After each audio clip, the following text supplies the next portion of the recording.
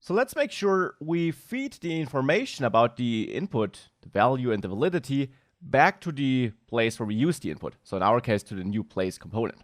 So in the input component here, we in the end wanna call some function which we expect to get from outside. So in this case, from new place through some prop whenever our input state changes, basically, or to be precise, whenever the value or the validity of the input changes. So for that, here in the input component, I will use a new or another React hook, which we already used before, and that's useEffect. useEffect, as you learned, allows us to run some logic when some dependencies change. We can use it to run something after the first render, as we did it in the case of Google Maps. But we can also use it to run some logic, in our case here, whenever the input value or validity changes. Because that are the two conditions, and typically they change together, of course, under which we want to emit a new value back to the place, back to the component where we use the input component. So maybe here we can use useEffect like this. Then here we have the function that should be executed, and here we have our array of dependencies, so array of things that should trigger this function. Now what do we want to do in this function?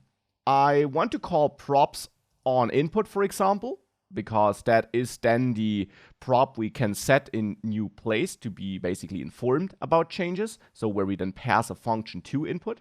So when I call props on input here as a function, because I expect to get a function on this prop, and then maybe pass our ID of that input back to the component where we use the input component, pass input state.value and pass input state.isValid. Now we need to specify our dependencies here, and we could say our dependencies are props and input state, right? Because we use data from props and we use data from input state in there. That would make sure that this function runs whenever anything in our props changes or whenever anything in our input state changes. This can actually create infinite loops because we call a function in the parent component, and if that then leads to the parent component giving us new props, we call that function again. And even if it does not lead to infinite loops, it might execute too often. It would also execute if our touch state changes, even though that's not a state that yields any new value or validity information. So therefore, I will not feed in these dependencies, but pull out the relevant pieces with object destructuring. From the props, I want to get the ID and the onInput prop, like this, so that here I can use ID and just call onInput. And from the input state, I want to get the value and isValid from input state, like this. And that means here I just forward value and isValid.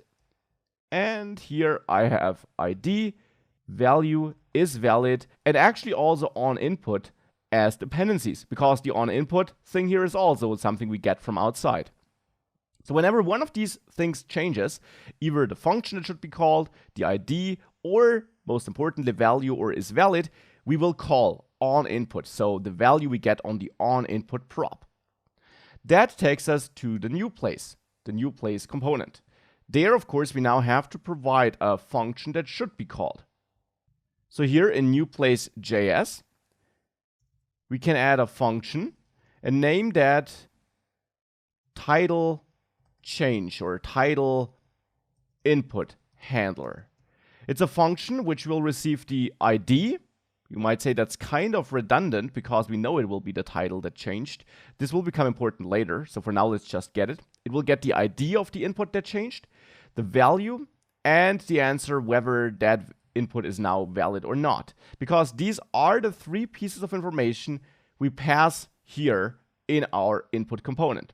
ID, value, and isValid, so we get these three pieces of information here. Of course, you could pick different names here for the parameters, though it's a brand new function in a different component after all. So now here we can bind onInput to the title input handler so that this is the function that does get executed. Now we should be careful though.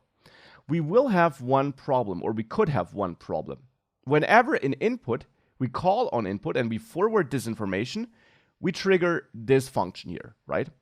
And if in this function we now do anything that changes the state of the new place component and re-renders it, what will happen technically is that a new title input handler function gets created, because we create this function inside of the function. So whenever the component function reruns, this function is recreated. Even if it has the same logic as before, it's a new function object. That's how JavaScript works. So that means that the function will technically change. The function is fed into the input component, and there, on input is a dependency of this function. So then this effect function would run again, would trigger this function again, and would effectively lead to an infinite loop. To avoid this, we import another hook from React, and that's the useCallback hook. We can use useCallback to wrap a function, so in this case, this function here, and define dependencies of this function under which it should re-render. And here, for the moment, I specify no dependencies, which now means if the component re-renders, if the component function re-executes, this function here will be stored away by React and will be reused, so that no new function object is created whenever the component function re-renders, but that instead this function is reused and doesn't change. And that then does not lead to useEffect to run again. That's really important here to avoid an infinite loop. And with that, of course, the question is, what do we want to do in title input handler? Well, we want to, in the end, manage the overall validity and values of the entire form. Because we will have multiple inputs there, we can already create a second one, for example. We can create a second input, and that, let's say, is actually a text area, maybe. Hence, we don't need to type. The label then could be description. We also should provide an ID, by the way, here. ID should be title, and here ID would be description, let's say.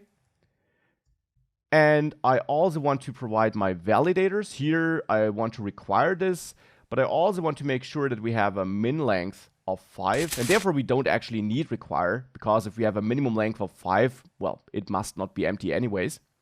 Here we can please enter a valid description, at least 5 characters, as an extra hint maybe. And we could also specify the rows here, but I'm happy with the default of 3, which we coded into our input component.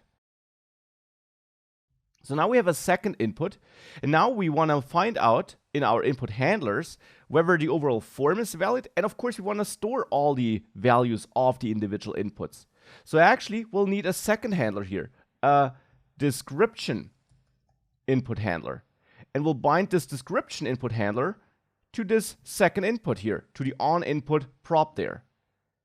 So now we got 2 input handlers, and now we need to manage the overall form validity.